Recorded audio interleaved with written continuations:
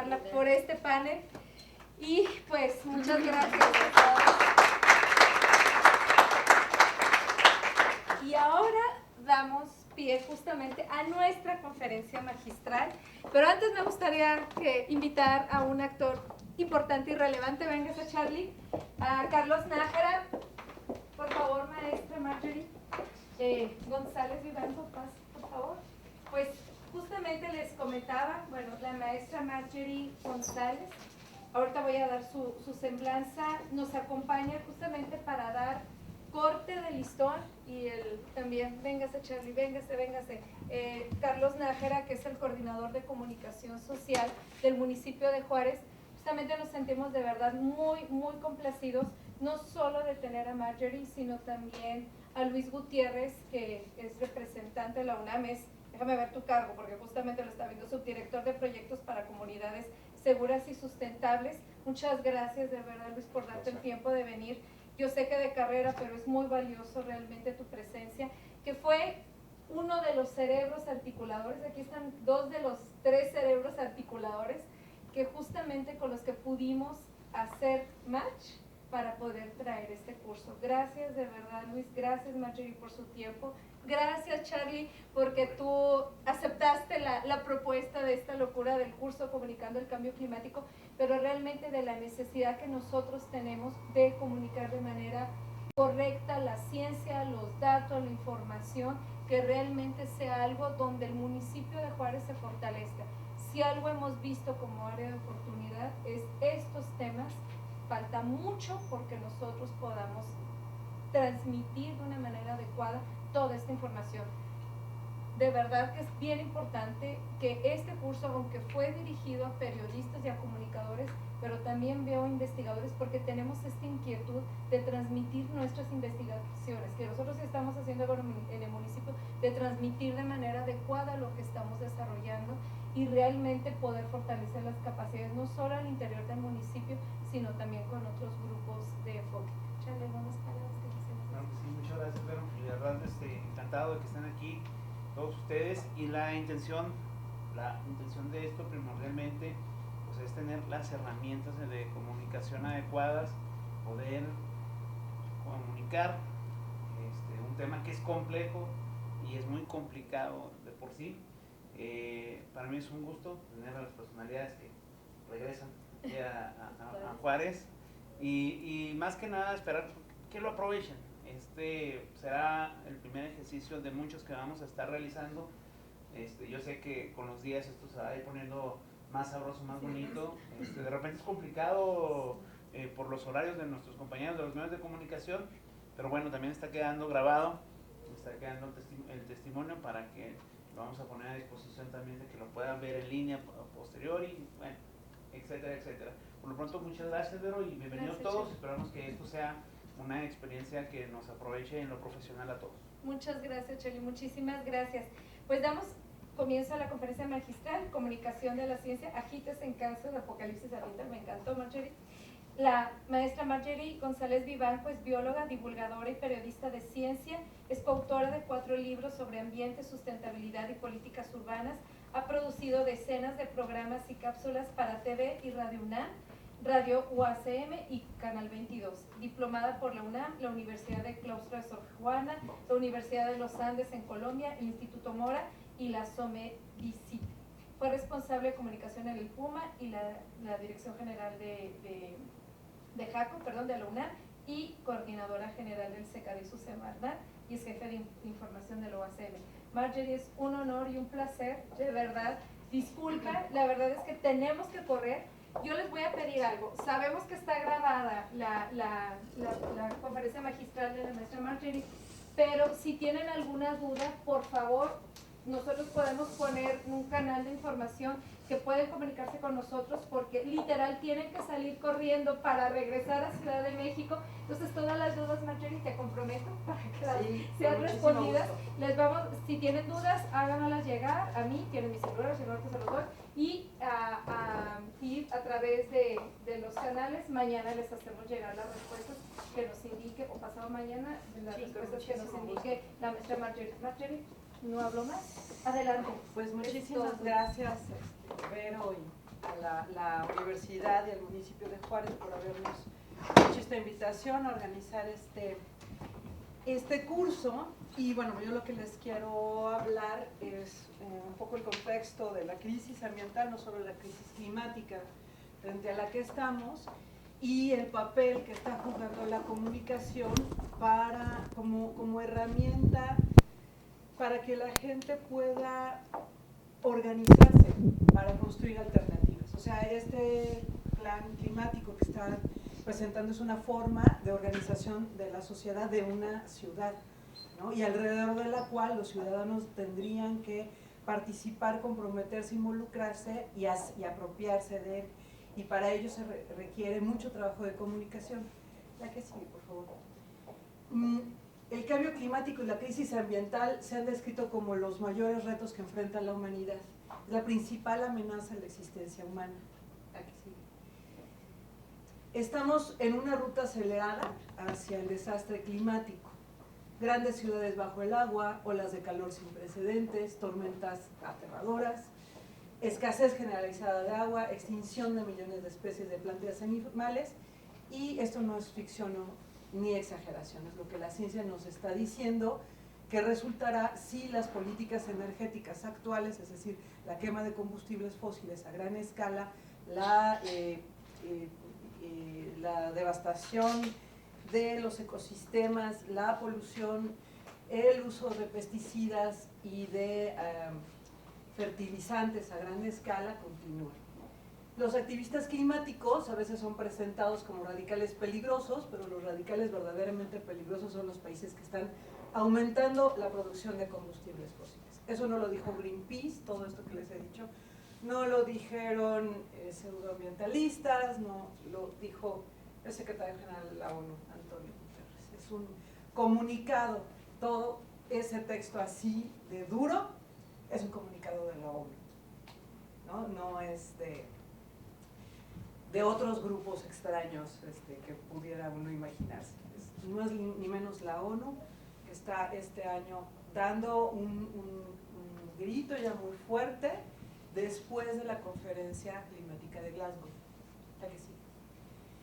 Entonces, ¿qué estamos enfrentando? Un modelo económico basado en incremento constante de la producción y del consumo de bienes, de extracción de los recursos naturales, y que finalmente lleva un camino como si tuviéramos un planeta infinito, o sea, es el consumo infinito, la producción acelerada, cada vez mayor, y sin embargo, bueno, estamos viviendo es un único planeta. Ya otros temas medio enloquecidos, como los que plantea Elon Musk, de intentar irnos a jalar los recursos, o de plano que las élites mundiales se vayan a vivir a otro planeta, es sumamente remoto, y además eso no es la solución pues, para quienes habitamos el planeta, ni las especies con las que estamos compartiendo este planeta, ¿no? Entonces, bueno, pues aquí un médico que le dice a la Tierra que lo que tiene son humanos y por eso se siente tan mal. La que sigue. Entonces, ¿qué está ocurriendo a nivel del cambio climático? Está la mitad de probabilidad de que el calentamiento global rebase los 1.5 grados de Celsius en 5 años. ¿Cuáles son los 1.5 grados? Son la zona segura para la humanidad, en donde entendemos cómo funciona el clima, entendemos, se mantienen las condiciones para la agricultura, para los volúmenes de los océanos, que esos océanos estén sanos, o sea, hay una serie de condiciones que se deben mantener, y esa es la meta que se puso en el Acuerdo de París. Sin embargo, estamos ya muy cerca de que se pueda llegar a rebasar, y hay, de acuerdo con la Organización Meteorológica Mundial, un 93% de probabilidades de que entre este año y el 2026 tengamos un rebase del 1.5 grados Celsius, y todavía no se va a volver permanente, pero es muy probable, ¿no? Es prácticamente ya un hecho que lo vamos a rebasar. La que sigue, por favor. Y estamos ya viviendo las consecuencias del calentamiento de 1 grado, nada más. O sea, el cambio climático es un hecho, lo estamos viviendo. Están incrementándose los niveles del mar, ¿no? El hielo oceánico se está desapareciendo por temporadas. La probabilidad de que el océano Ártico quede libre de hielo en verano va a ser cada vez mayor. Se están acidificando y hay procesos de anoxia en los océanos, quiere decir que por un lado los océanos son menos aptos para la vida, y tanto por la acidificación, que tiene que ver con la captura en los océanos del dióxido de carbono y otros gases de efecto invernadero, pero además porque está habiendo fenómenos de sobreproducción de algas, y entonces eso está dejando sin oxígeno a los organismos que viven abajo de esas capas, ¿no? O sea, lo estamos viendo con el sargazo. La arribazón de sargazo de este año va a ser histórica, va a ser la más grande de los últimos 10 años, y en buena medida esa producción de sargazo tiene que ver con todos los agroquímicos que están lavándose desde las zonas agrícolas hacia los mares. Y una pérdida de la biodiversidad muy grande. Particularmente nos preocupan los insectos polinizadores, en general los polinizadores, que son fundamentales para la producción de alimentos. ¿Para qué sigue?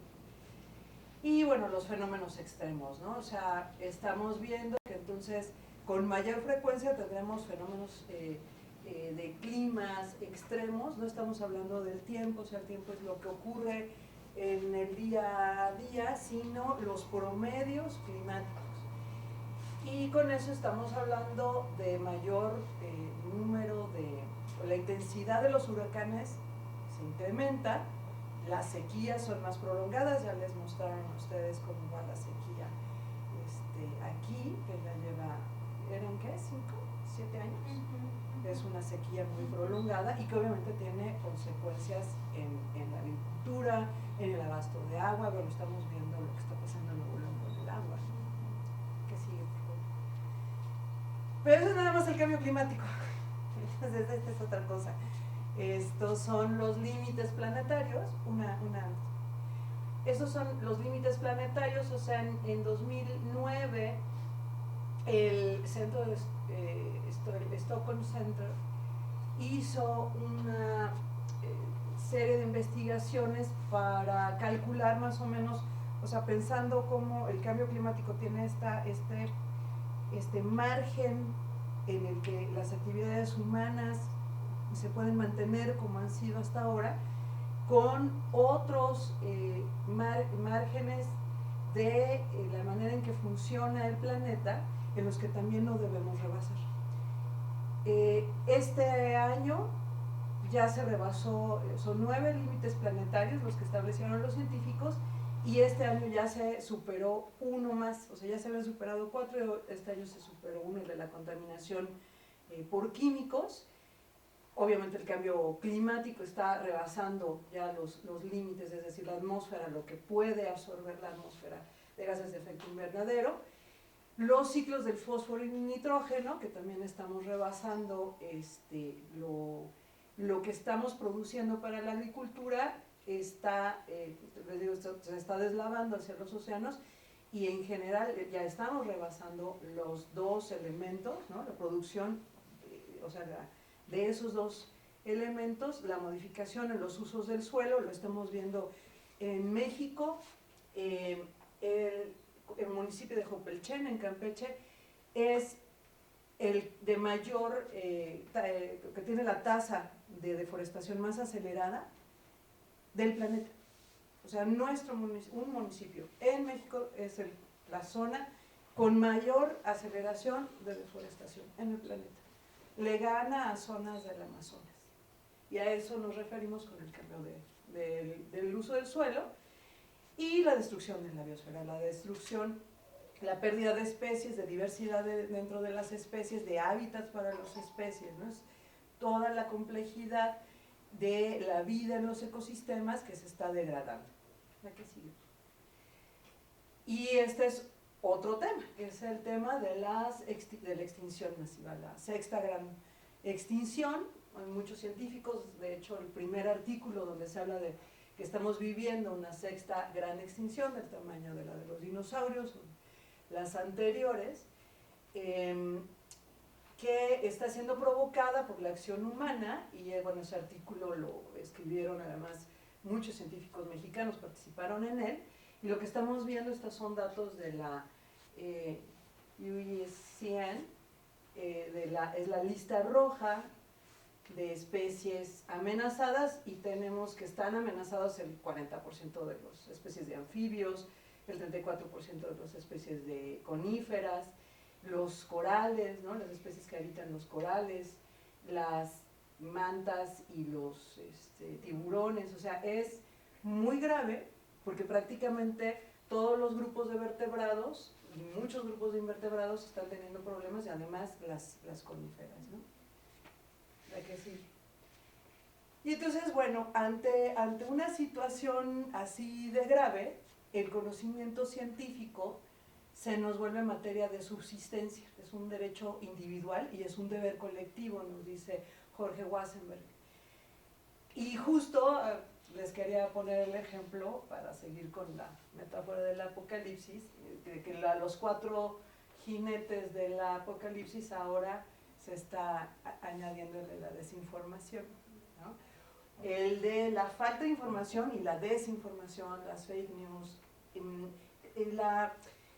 este asunto también del amarillismo en la prensa, en los medios, que no nos sirve tampoco para hacerle llegar a la gente la información científica de lo que está ocurriendo en el planeta y de cómo enfrentarlo, y de las soluciones que sí existen y que podemos construir, ¿no? ¿A qué sí?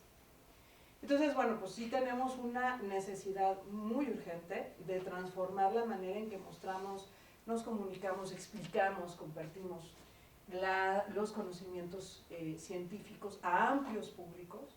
O sea, la tarea es que todo mundo tendríamos que saber, así como en la pandemia, todos tuvimos, o hubiera sido muy bueno que todos aprendiéramos qué eran los virus, cómo se transmiten, cómo se transmitía este virus en particular, qué era eso de las variantes, qué fuentes de información eran adecuadas, cuáles eran noticias falsas, cuáles eran medicamentos que no funcionan, que no eran medicamentos, cuáles sí. O sea, esa capacidad de poder identificar entre toda la lluvia de información va a ser igualmente necesaria para lo que estamos viviendo sobre esta crisis ambiental.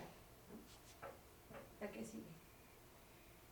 Entonces, bueno, ¿qué tenemos? Hay una enorme lejanía entre la dimensión de la emergencia climática y la cobertura que hay en los medios.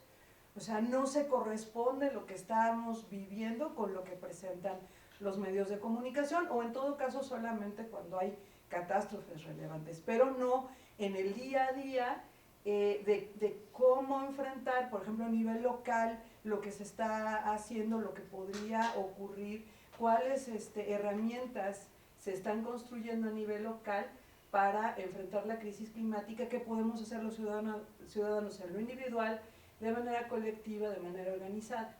Y esa brecha se amplía si usamos demasiado un discurso de catástrofe, desesperanzador y angustiante. Yo aquí quise hacer una provocación, porque un poco es lo que he estado haciendo, pero no es lo mejor. Era un poco para llamarles más la atención. Si usamos un lenguaje muy técnico, es muy importante aquí la labor de los comunicadores y el trabajo de mediación entre lo que están haciendo los científicos con este trabajo que pueden hacer como de traducción, ¿no? Los comunicadores. O los científicos que nos hemos dedicado a la comunicación y los comunicadores que se meten a hacer divulgación de la ciencia. Es diferente la difusión que se hace en las revistas indexadas, en los congresos científicos, digamos, de manera profesional, a la que se debe hacer al público. Al público amplio hay que ponerle el contexto de lo que está ocurriendo e intentar hacer esta traducción junto con los especialistas para emplear los términos correctos, las metáforas correctas, a la hora de empezar a hablar de lo que están ellos descubriendo, ¿no? O sea, esa es una de las cosas más complicadas a la hora de hacer divulgación de la ciencia, hacer esa traducción sin cometer errores en lo que se está diciendo, pero sí haciendo algo accesible. El problema con la ciencia es que se usa un lenguaje muy especializado porque la ciencia se ha vuelto muy especializada. Entonces, para nombrar las cosas, requiere que no te equivoques, por ejemplo, con el nombre de una especie frente a otra de escarabajo. Pero a la hora que tú le llevas eso al público, la gente se queda de a seis, no sabe qué le estás diciendo. Entonces ahí la parte de traducción, y eso es muy importante que se haga de la mano de los investigadores. Luego los investigadores quieren jalar hacia la parte más técnica, entonces ahí también hay que recorrerse un poco, decir, no, eso no te lo van a entender. Se vale, ¿no? Desde el punto de vista de la comunicación. Y bueno, seguimos hablando de la crisis ambiental como algo que ocurre en lugares lejanos. Entonces, en la medida que tenemos estos datos, que tenemos estos estudios, que tenemos estas fuentes locales, de ahí hay que construir las historias, de ahí hay que tomar esos datos porque son los que le llegan a la gente, son los que están cercanos y los que vas a vivir y te hacen sentido a lo que estás viviendo cotidianamente, ¿no?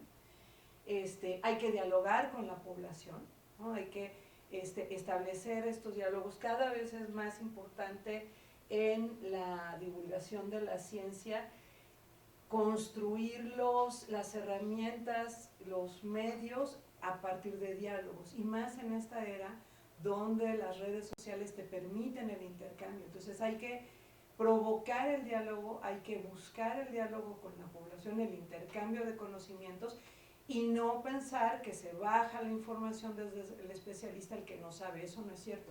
La gente está viviendo esta crisis ambiental y sabe lo que está ocurriendo, entonces también de ahí hay que construir a partir de la vivencia cotidiana de las comunidades.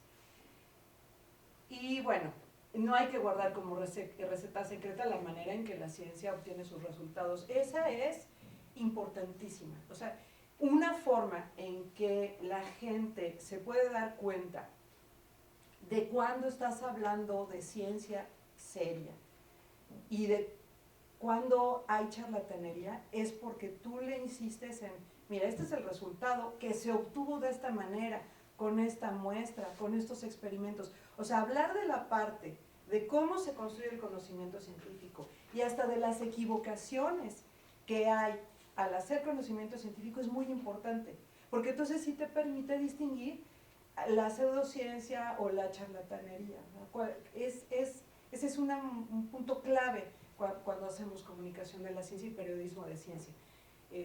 Las tripas de cómo los científicos o de cómo los diversos actores están llegando a una conclusión. Y bueno, pues no buscamos el adoctrinamiento, o sea, eso es bien importante todo el tiempo acordarnos que no estamos regañando a la gente, no la estamos adoctrinando, sino la construcción de procesos de diálogo, a partir de los cuales, a partir del conocimiento que tiene la gente y de los conocimientos que tú reúnes de otras disciplinas, se establece un diálogo y un intercambio.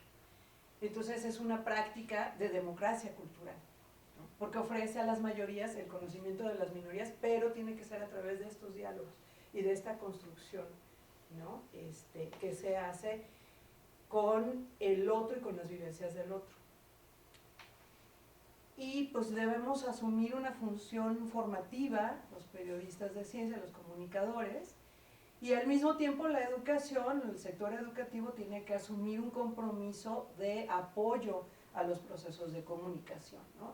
O sea, aquí lo que tenemos es, pues puede venir un tsunami y ya sabemos que los manglares son barreras, ¿no? Para proteger a la población ante fenómenos climáticos extremos. Entonces, por ejemplo, ese tipo de información útil, práctica, cercana, es la que es muy importante que se construya entre los divulgadores y las comunidades académicas y las comunidades locales. Se vuelve entonces una herramienta indispensable en la construcción de sociedades sustentables y resilientes. tenemos que comunicar, estas son ya las, con esto voy a ir cerrando, y son algunas claves de qué tenemos, qué es lo que tenemos que enfrentar. Uno es comunicar la incertidumbre, o sea, en realidad no sabemos qué va a pasar con el cambio climático ni con las otras crisis. Tenemos escenarios, es lo que hace el IPCC, ¿no? Diferentes escenarios, unos más gachos que otros, dependiendo de cómo nos portemos los seres humanos, ¿no? Y entonces esa comunicación de algo incierto es complicada, porque lo que la gente quiere son certezas. Otra vez, en la pandemia, la gente decía, bueno, pero entonces, ¿cómo se transmite el virus? Es que no sabemos, porque es nuevo.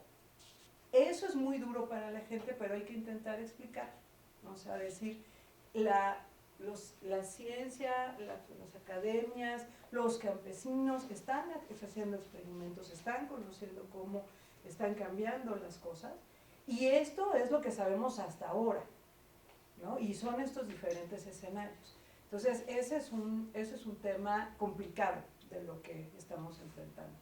Otro es, bueno, no ceder al sensacionalismo, ¿no? Porque eso te da el clickbait, te da mucho tráfico de redes, atrae al público, pero al final no es útil, espanta a la gente y neutraliza la capacidad de acción de las comunidades, ¿no? Porque estás tan asustado frente a lo que parece que no puedes evitar, que no puedes transformar, que mejor no haces nada. Esa es una bronca con el sensacionalismo. Hay que hacer una distinción entre el clima y el tiempo, o sea, para que la gente entienda, que diga, bueno, pues es que este año ha sido igual que otros. No, estamos hablando de series de tiempo mayores, ¿no? Aprender a transmitir los riesgos a nivel local y lo que podemos hacer para disminuir esos riesgos. Siempre que hablemos de riesgo, es conveniente hablar de cómo evitar ese riesgo, porque esa es una manera de darle mayor seguridad, confianza a la gente, ¿no? Y llamarla a la acción. Evitar falsos equilibrios, o sea, se mueve mucho hacer esto de darle el mismo peso a los científicos o a las comunidades que están viviendo un problema y a los negacionistas. Y los negacionistas suelen no tener ni los datos, ni la preparación, ni la evidencia como para ponerlos al mismo nivel. Entonces, también no por querer mostrar las diversas aristas de un tema, se nos pase a la mano dándole foro a quien en realidad no lo requiere, no lo amerita. Hay que contar las historias, ¿no?, de alrededor de los temas ambientales. En todos los temas ambientales vamos a encontrar historias de política, sobre temas financieros, empresariales, científicos, de derechos humanos, de comunidades que están organizándose y donde hay polémicas o donde comunidades completas están en contra de algún tipo de desarrollo, de propuesta.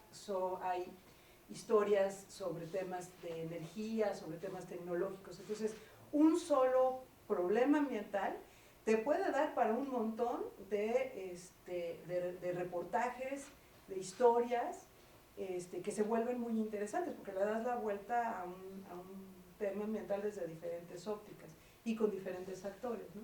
Y hay que estar informando sobre las soluciones. Esta es una azotea muy bonita que construimos en la UNAM. Es una azotea verde, entonces el tener esta serie de plantas sobre el edificio hace que el clima interno, bueno, la temperatura interna del edificio sea más fresca, sea más estable. Están ahí paneles solares que están generando, bueno, que están transformándose en la energía solar en energía electrónica, son paneles fotovoltaicos. Hay una estación, bueno, se alcanza a ver muy bien, pero hay una pequeña estación de observación climática, y hay un tema también, no me acuerdo, pero creo que sí había captación de agua pluvial. Entonces, este tipo de historias, ¿no?, son muy importantes. Aquí hubo una transformación de este campus para reducir el calor que genera un estacionamiento. Entonces, por ejemplo, estas pequeñas soluciones son una noticia, Y está muy interesante hacer notas sobre cómo fue el proceso de esa transformación a nivel local, ¿no? ¿Qué sigue? Y bueno, pues hay que relacionar entonces las historias con las personas, con los lugares, con los temas, ¿no? Con los lugares locales, dar espacio a las voces locales y relacionar todo el tiempo, intentar relacionar las escalas globales y locales.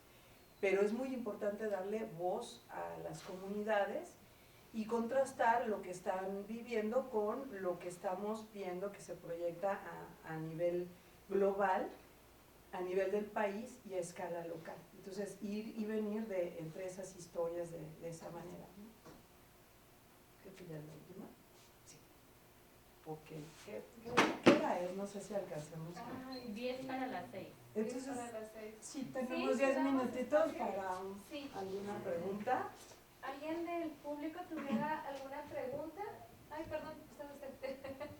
Gracias. Adelante. Habla sobre errores en la comunicación, en los comunicadores pues, sobre este tipo de cuestiones, pero por ejemplo, ¿y qué decir de los errores de las autoridades? Está el caso de la ivermectina, que adquirió el gobierno de la Ciudad de México sin ser un medicamento aprobado para la COVID.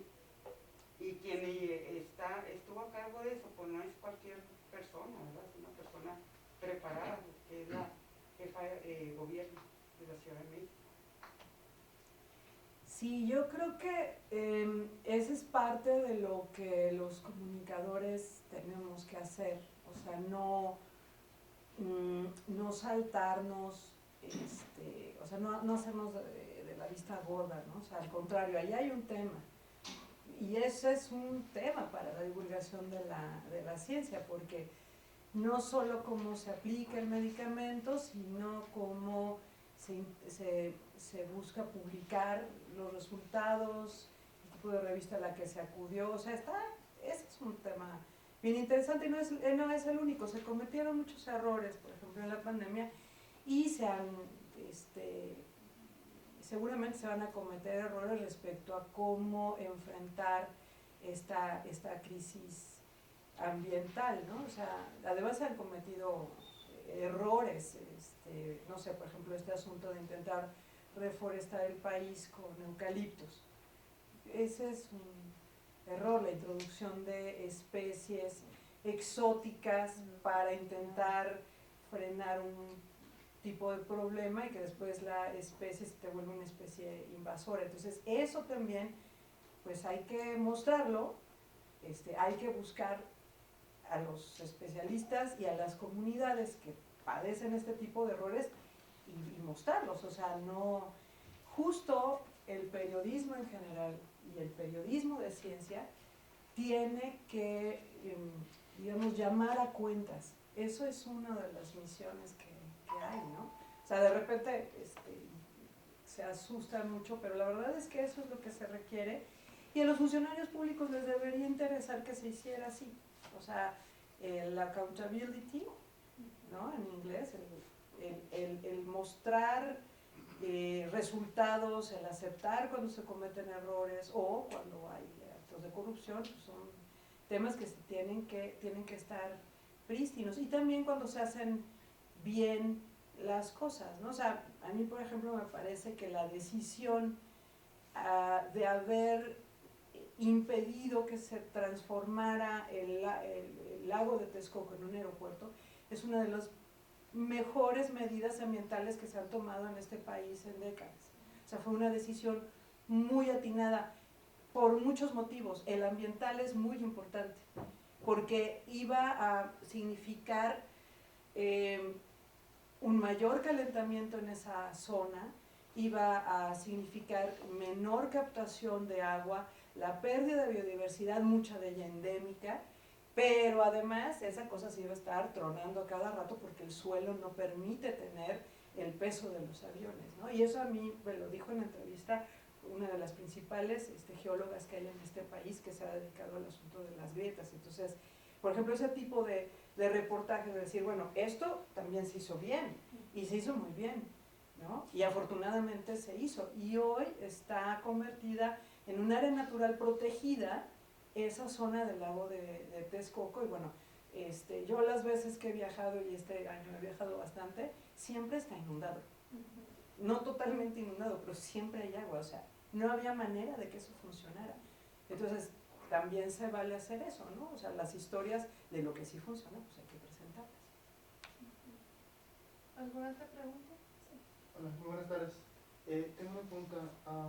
¿Sabrá usted más o menos cuál vendría siendo el interés y la relevancia de la implementación de energía termonuclear, tanto para los científicos como para los comunicólogos?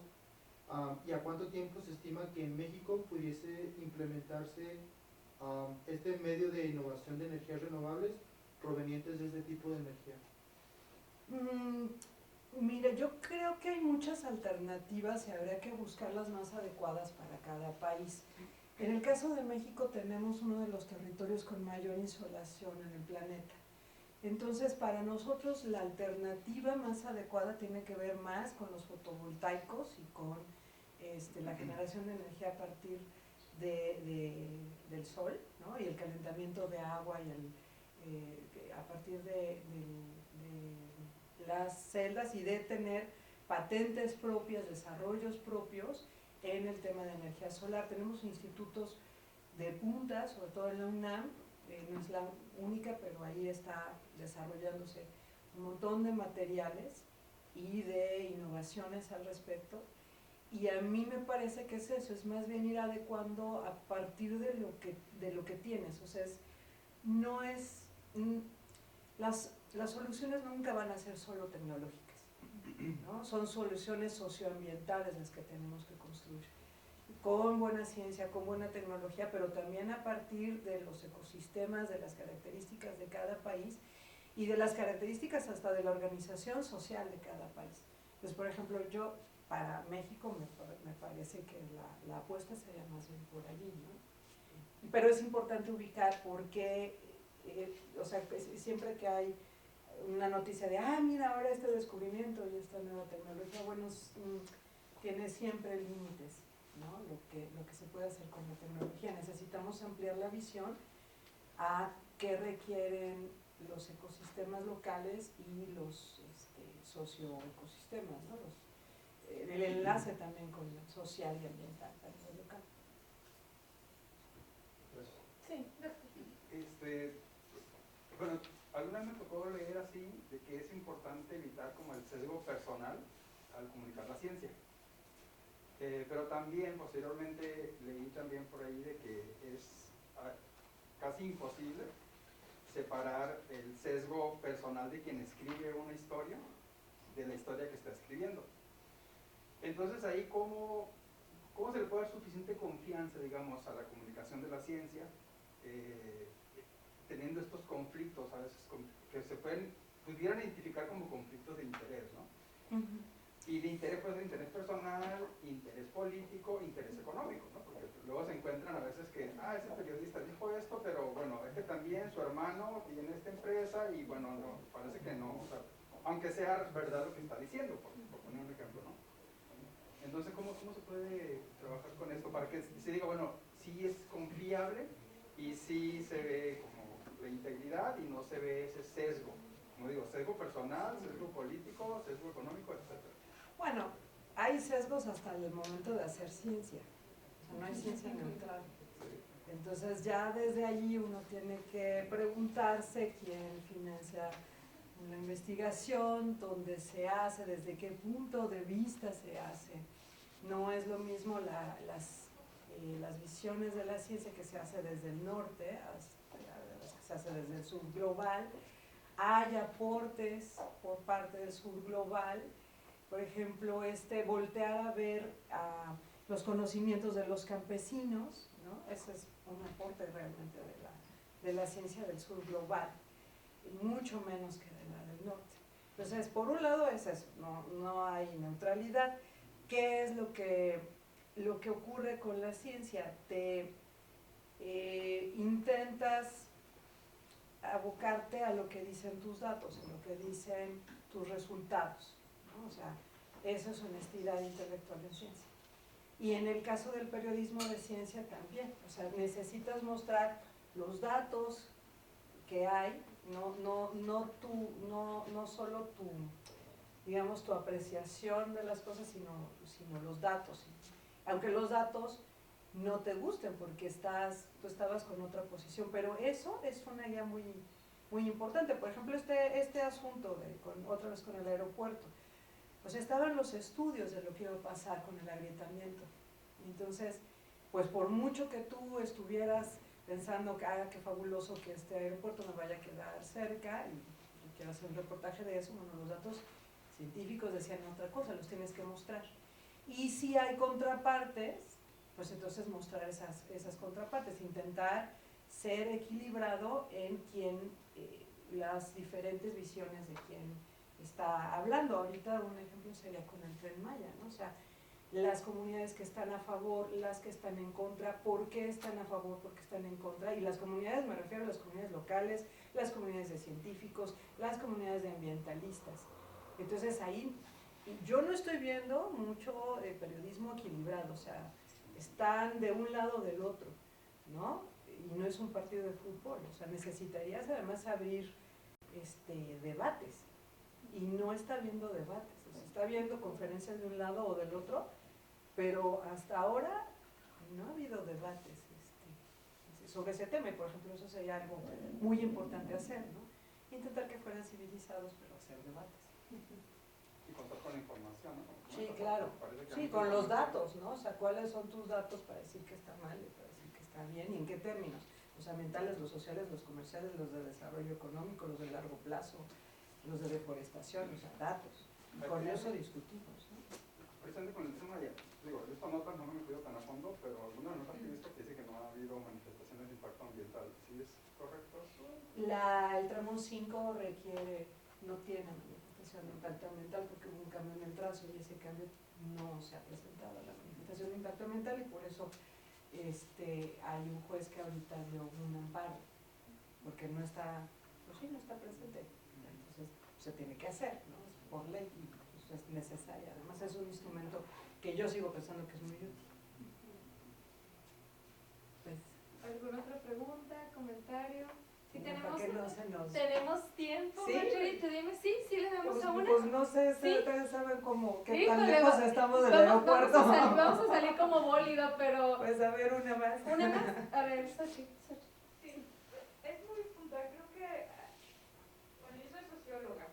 Entonces, cuando bajamos la información, cuando hablamos, por ejemplo, de datos, de ciencia, siempre tendemos como a cerrarnos ya de entrada porque hay un sector muy pequeño que no alcanzamos nosotros a entender como información dura o información estadística, ¿no? Que a pesar de que uno tiene cierta formación, a veces la disciplina misma no te permite llegar a ese nivel de comprensión de esta información. Entonces, cuando se habla, por ejemplo, de este tema de socioambiental, me encanta justamente porque lo que se pretende es hacer este puente de comunicación con este gran grupo de población que muchas veces no tenemos la capacidad de llegar a entender de manera fácil esta información que llamamos datos duros, ¿no? Entonces creo que esto es muy importante y espero que con los compañeros justamente ese es un tema, ¿no? O sea, cómo bajamos toda esta información para que el amplio grupo de población lo podamos comprender. Yo recuerdo mucho otro sociólogo Castells que decía que los intelectuales tenemos la habilidad de hacer aburrido lo divertido, ¿no? y a veces es cierto, ¿no? Porque complejizamos tanto el discurso, lo queremos hacer que sea tan, no sé, con un lenguaje tan específico que nos olvidamos de comunicar de manera más accesible. En el caso de los abogados es el abogañón, pero cada profesión también tiene el suyo. Su idioma específico. Sí, bueno, ahí es bien bonita esa frase de Jorge Wagensberg que debe decir que el rigor científico no debe confundirse con el rigor mortis. Entonces, bien, está invitada una colega que está en Pictoline y ella es fact-checker de Pictoline, pero yo creo que ese es un ejemplo fabuloso hecho en México de cómo pasar datos complejos en visualizaciones que te llevan medio minuto leerlas y que son muy cercanas, ¿no? Entonces aprovechen que va a venir Carmina de la Luz para hacerle muchas preguntas de cómo hacer estas traducciones, ¿no? Y esto es muy a nivel de introducción, pero ya con las compañeras divulgadoras va a ser muy interesante ver el asunto de cómo se hacen los productos. Pues muchas gracias. No, de verdad, muchísimas gracias. Súper interesante, Marjorie. Como todos somos sosteniblemente responsables, la constancia te la vamos a hacer viajar en electrónico. Pero muchísimas gracias. Y de verdad, lo que ahorita les decía la maestra Marjorie, vamos a tener 4 módulos, repito así un poquito la recapitulación. Vamos a tener 4 módulos de los cursos. Va a ser toda esta semana de 4 a 8. Van a ser 4 horas, es muy intensivo, pero de verdad viene gente de muy primer nivel. La verdad, gracias por ayudarnos a conjuntar a todas estas personas. Mañana, fíjense nada más quién va a estar. La maestra Leida Rueda, que es técnica académica adscrita a la Unidad de Comunicación del Centro de Ciencias de la Complejidad de la UNAM. O sea, alguien que está en el Centro de Ciencias de Complejidad de la UNAM va a venir a decir cómo nosotros podemos comunicar de una manera sencilla, sin el rigor mortis, la comunicación. Y pasado mañana justamente tendremos a la maestra Carmina de la Luz Ramírez, que nos comentaba ahorita Marjorie. Tenemos también a la maestra María Fernanda MacGregor de la UNAM, de posgrado en Geografía de la UNAM, al doctor Giancarlo Delgado, ese es el jueves, y el viernes tendremos a la doctora Romo y a mí platicando algunas cositas súper chiquititas. Y el módulo 3, en mi caso, porque a la doctora le toca la mayor cantidad de información, el módulo 3, que es Actores y Alianzas para la Producción de Conocimiento y la Acción Climática Ambiental, donde estará el doctor Giancarlo, la doctora Rosalía Ibarra, la doctora Lourdes Romo, y cerramos con un taller, que es el 4.º módulo, que va a ser el miércoles y jueves de la siguiente semana, con la doctora Leonor Solís y la maestra Carmina de la Luz, que ya viene a hacer el taller. Entonces, la verdad que este curso sinceramente nos va a enseñar a cómo comunicar, cómo expresarnos de una manera sencilla. Entonces, traigan todas sus ideas, información. La idea es que ustedes hagan con un material de aquí. Y algo que no se les ha dicho, con el 80% de su asistencia se les va a dar una constancia de valor curricular expedida por la Universidad Nacional Autónoma de México. ¿El cuarto módulo también va a ser de 4 a 8? Perdón, sí, todos los demás, sí, a lo mejor por ahí algún expositor va a durar menos, pero básicamente es de 4 a 8. Pues los esperamos, de verdad inviten a las personas que ustedes conozcan, a personas que estén interesados en conocer cómo divulgar esta información. Como decía Charlie, esperemos que mañana se unan más, porque se registraron muchísimas personas, pero esperamos mañana tener un quórum un poquito más alto, ya que hoy empezamos de manera formal, pero mañana empezamos el módulo. Entonces los esperamos, la sede siempre va a ser aquí, por favor. Muchas gracias y gracias.